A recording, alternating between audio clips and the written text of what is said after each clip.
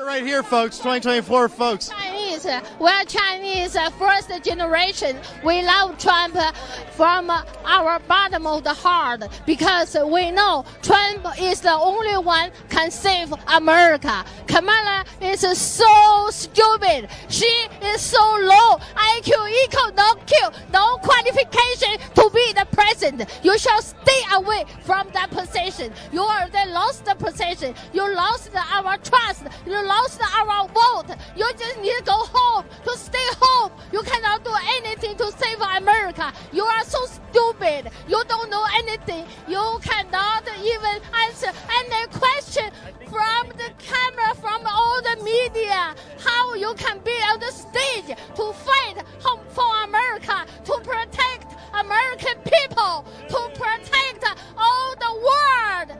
You are not qualified. You just need to go home.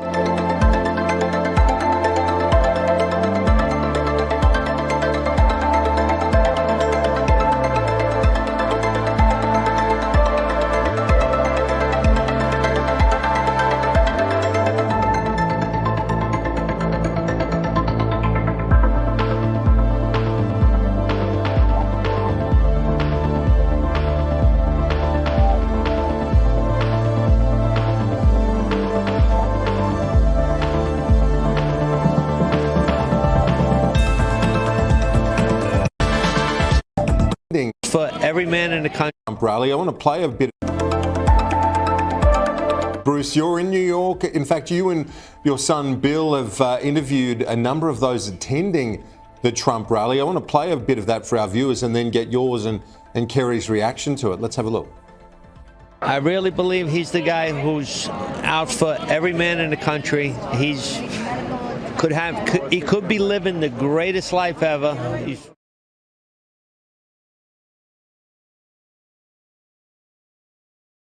Kamala, you're fired. Get out of here. Fired. Get out. Kamala Harris. Let's get one thing crystal clear. The vast majority of American men have no issue with electing a female president. Our issue lies solely with you. You were second in charge of California for 13 years. As California's Attorney General, Harris promoted enforcement of a law that allowed prosecutors to seek jail time for parents of truant kids. As a prosecutor and law enforcement, I have a huge stick. So I decided I was going to start prosecuting parents for truancy. I thought that was crazy. I was like, how can you lock parents up? If you don't go to school, Kamala's going to put you and me in jail. Yes, we achieved intended effect. I opened the door and I see at least 7 or 8 cops that wanted to arrest me. As a matter of fact, they did. And frankly, you know the prosecutors in my office who volunteered to do this? My homicide prosecutors, my gang prosecutors. And they went over there and I said, when you go over there, look really mean. She had me arrested and prosecuted because my handicapped daughter was sick in the hospital and had missed some days of school. I learned that with the swipe of my pen, I could charge someone with the lowest level offense. That person could be arrested, they could lose time from work, and their family maybe lose their job. They'd have to come out of their own pocket to help hire a lawyer. They'd lose standing in their community. I lost my job and couldn't pay rent, and we got evicted. Weeks later, I could dismiss the charges, but their life would forever be changed. I became homeless. We had to move into a motel. All because of the swipe of my pen. I don't agree what Kamala Harris did to my mom, and I don't agree with what she's done to other parents as well. You were second in charge of the United States for 4 years. If anything, would you have done something differently than President Biden during the past 4 years? There is not a thing that comes to mind in terms of, and I've been a part of most of the decisions that have had impact. Inflation is hitting the highest level in 39 years. A record high number of illegal crossings. Crime's been surging across the nation. Huge spikes in homicides. Could we be heading toward World War III? After 17 years of failed leadership, you are now asking us to trust you as first in charge of our country. I am concerned and focused on big issues. Elementary and middle school truancy is actually a big issue if we're trying to save the state money. Because of truancy, California public schools lose $1.4 billion a year in funding. I want money. My message to all Americans: do not trust Kamala Harris. As men and protectors of women and children, you are simply a risk we are not willing to take. Paid for by Maha Alliance and not authorized by any candidate or candidates committee.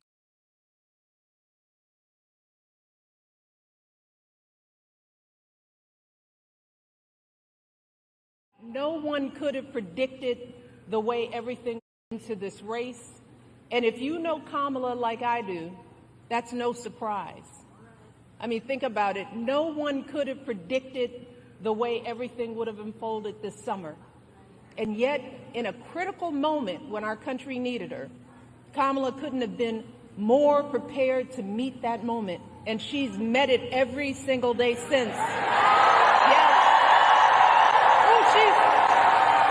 She's filling arenas in a way we haven't seen for years. She's building a remarkable campaign in record time, dominating her opponent so thoroughly in the debate, he was too scared to face her again.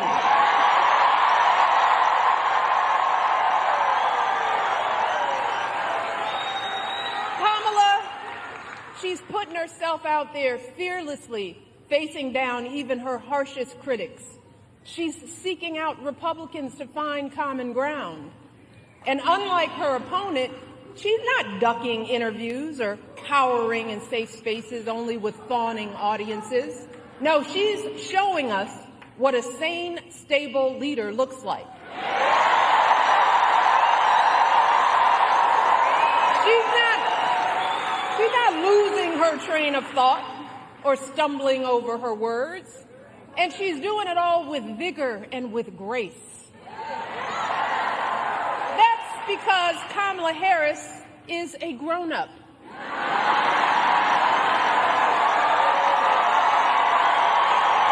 And Lord knows we need a grown-up in the White House. Someone with the maturity and fresh ideas to keep moving our country forward. Kamala is the only candidate in this race who has outlined a clear set of policies, including focusing on lowering costs and reducing drug prices for all Americans, giving tax credits to first-time home buyers, folks starting small businesses, and working families raising our kids. Let me tell you, it is a remarkable plan. And these remarkable last few months mirror the way Kamala has handled herself her entire life, fighting for working people and the vulnerable, first as a prosecutor, then as an attorney general, then as a U.S. senator, and now as our vice president of the United States.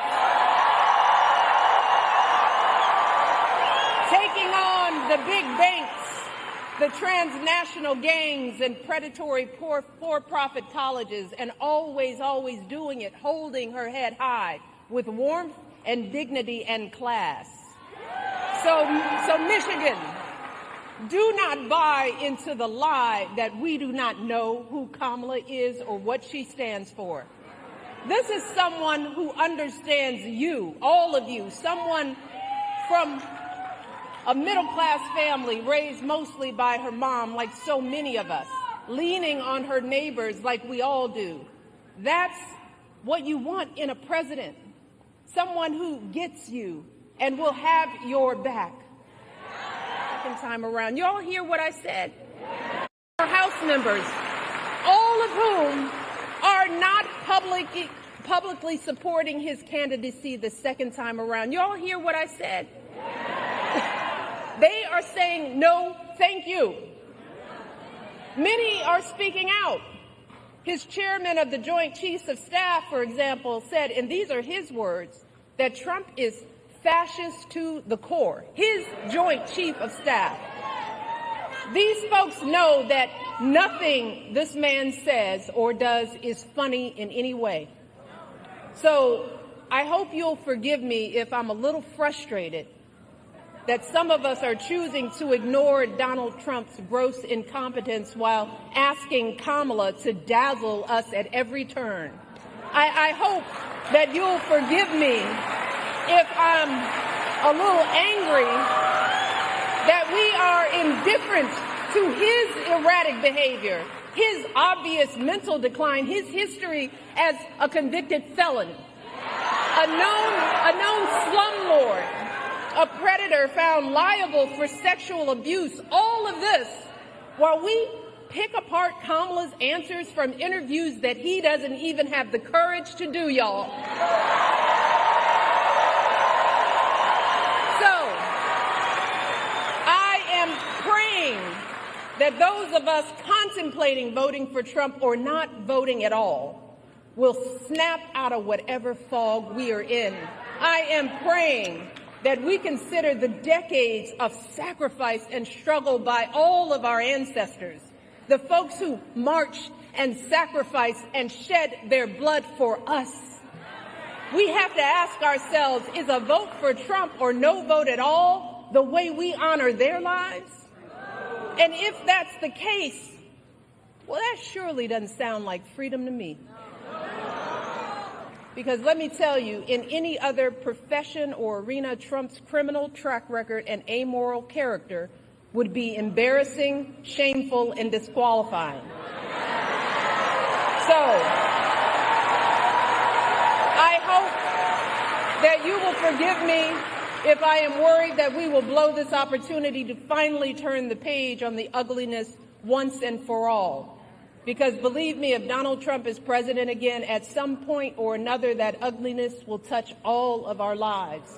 And it will not matter what you look like, how you worship, who you love, or how you vote. If you don't make 6 or 8 or 12 figures, if you're not famous, if you criticize or disagree with him in any way, if he doesn't view you as his equal or relevant to his ambitions, I promise you, he will not think about you when he gets into the Oval Office.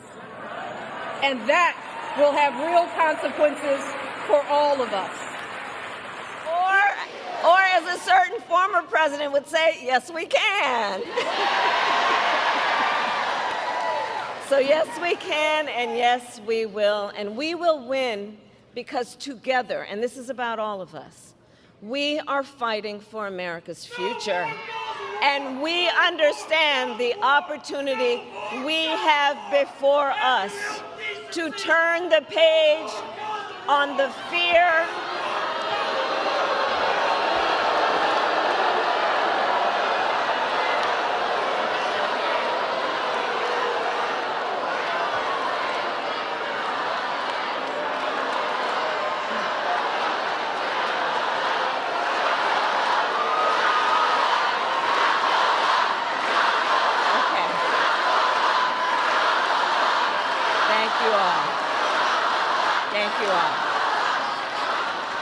Thank you all. And listen, on the topic of Gaza, we must end that war. And we must end the war and bring the hostages home. But now I am speaking about 2024. All right. So listen, we have to understand the opportunity we have before us to turn the page on the fear and the divisiveness that have characterized our politics for a decade because of Donald Trump. We have an opportunity to turn the page and chart a new and joyful way, dare I say joyful, way forward.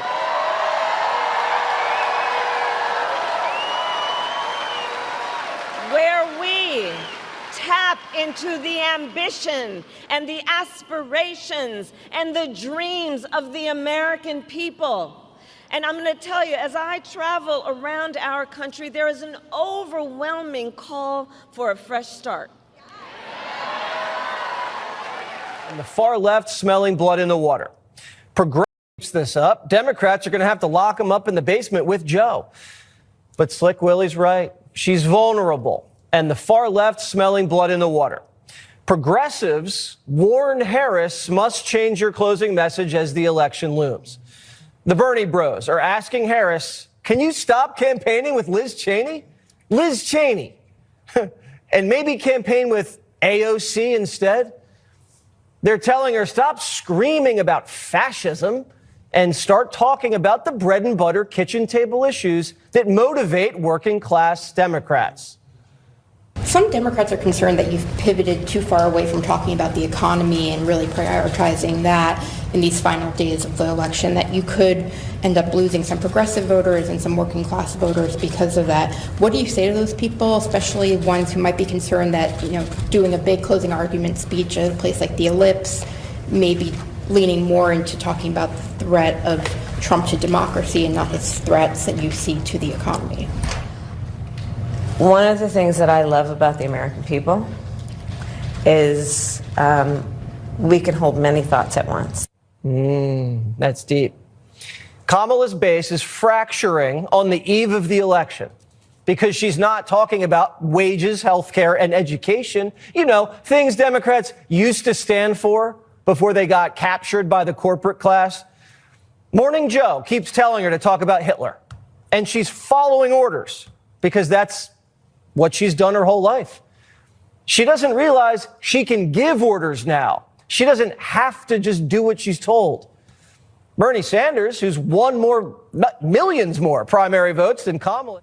A lot of people I know what it'll be like if we let her in. Yeah. Oh, really? And that ain't good. Yeah. Well, miserable track record. Appalling track record. No policies to speak of. Yeah. And the border, right? And she's got the IQ of a fence post. So it's not good. And Bill Clinton, not helping.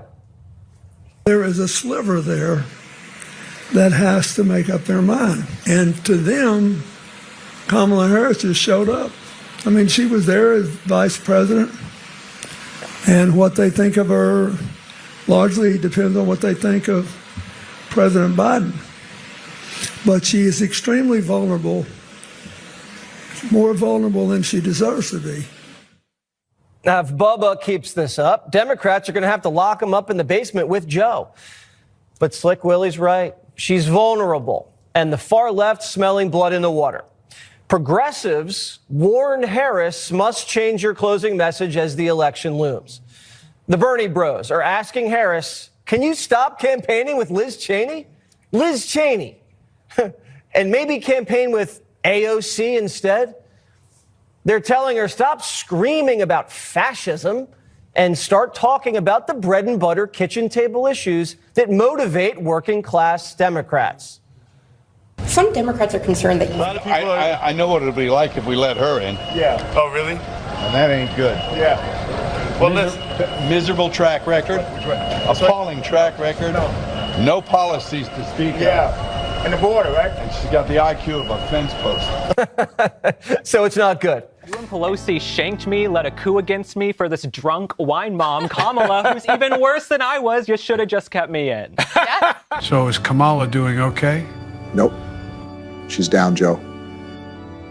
I think they found out that she's retarded, and now we're basically fucked. Trump is killing us at the polls, so yes, we're going to lose Joe. Damn it. Wait. What if I come back to run again? As candidate? Yeah. Well, let me put it this way, Joe. The only person in this world who is even more retarded than Kamala Harris is basically you. So no, Joe, on, man. you're Just not going give back another in. shot. Let's let it all play out. Okay, we'll talk later, Joe. Okay. Women looking fine up in here. I think Biden's been trying to undermine Kamala Harris. Yeah. I mean, going out and holding his first press briefing in, 1,300 days? Yeah. I think Biden would feel a little bit vindicated if Kamala lost. He would, he right? would like it just a little bit. 100%. Yeah, because if you talk him off, Obama talks him off the ticket twice. He did it in 2016 and does it again. And does it again. Yeah. Oh. He has a busy day, as Alexis McAdams was telling us. He is holding events in Texas. today? Maybe the saloon in the alley. Huh? But I mean, as I said, there's strong opinions about this, and I appreciate both of you. 7 days to go. The New York Post is endorsing former President Trump for president. The headline, Back to the Future. We'll see if that gives him a little boost. And the former president, he has a busy day, as Alexis McAdams was telling us. He is holding events in Texas and Michigan. And we shall follow that. In the meantime, the VP, Kamala Harris, now is going to be in Houston later today for a speech on abortion. She said 2 nights ago that... As I said, there's strong opinions about this, and I appreciate both of you. 7 days to go. The New York Post is endorsing former President Trump for president. The headline, Back to the Future. We'll see if that gives him a little boost. And the former president, he has a busy day, as Alexis McAdams was telling us. He is holding events in Texas and Michigan. And we shall follow that. In the meantime, the VP, Kamala Harris, now is going to be in Houston later today for a speech on abortion. She said 2 nights ago that the filibuster should be in play in order to codify Roe v. Wade with just 51 votes in the Senate. And that's a move the critics say could lead to the passage of a slew of liberal policies, including Medicare for all and court expansion, and on down the line. Madeline Rivera, North Lawn today at the White House to break all this down for us. And Maddie, good morning. Hi, good morning, Bill. Vice President Kamala Harris's comments are another attempt to further set herself apart from former President Trump on abortion.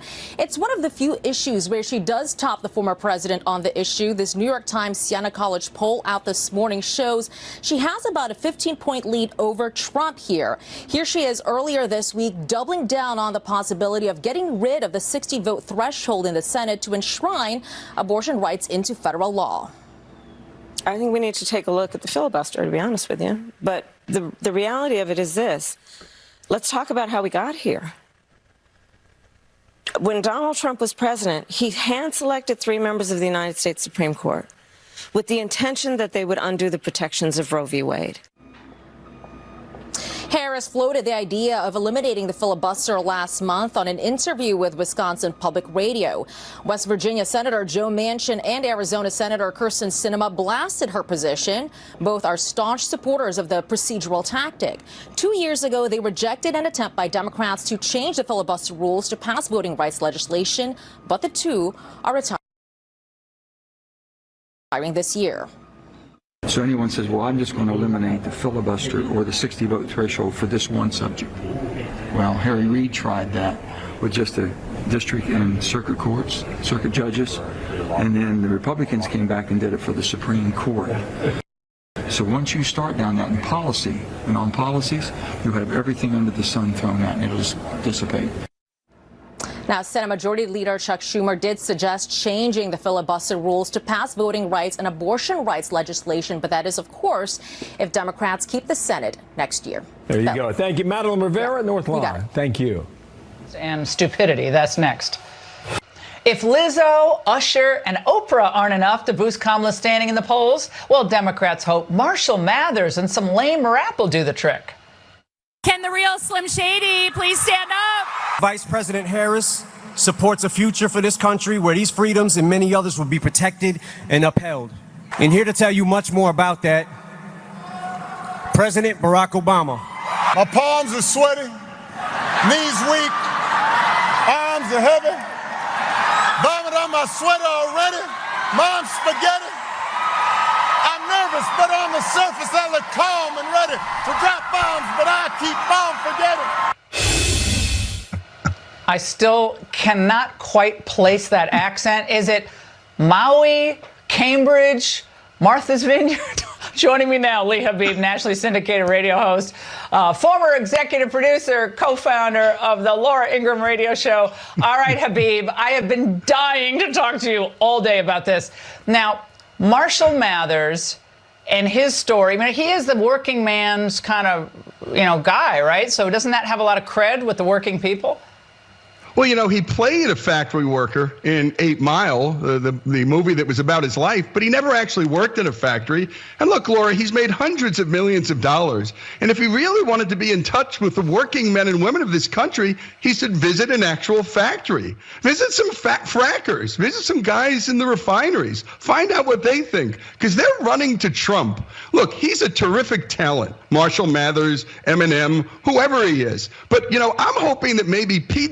gets thrown out of jail, and they can do a misogyny tour together. Why does Kamala think that this guy who hates women and actually normalized violence against women would be a good call for this campaign is about as bizarre as bringing Bruce Springsteen out for what? Is this the 8th presidential campaign Springsteen's been hauled out on? Wait, but he's also kind of the working man's, hero, correct? You're from Jersey.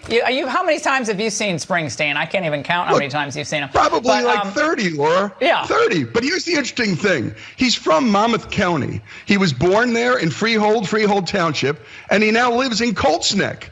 In Colts Neck, 2-1, the residents are going for Trump. Monmouth County, they're going for Trump. The guy who wrote My Hometown is against the people in his hometown. You can't make it up. And on the working class front, Laura, think about Born in the USA. The Vietnam vet goes off. He comes back. This is the narrator in the song. And one of my favorite lines, come back home to the refinery. Hiring man says, son, if it was up to me.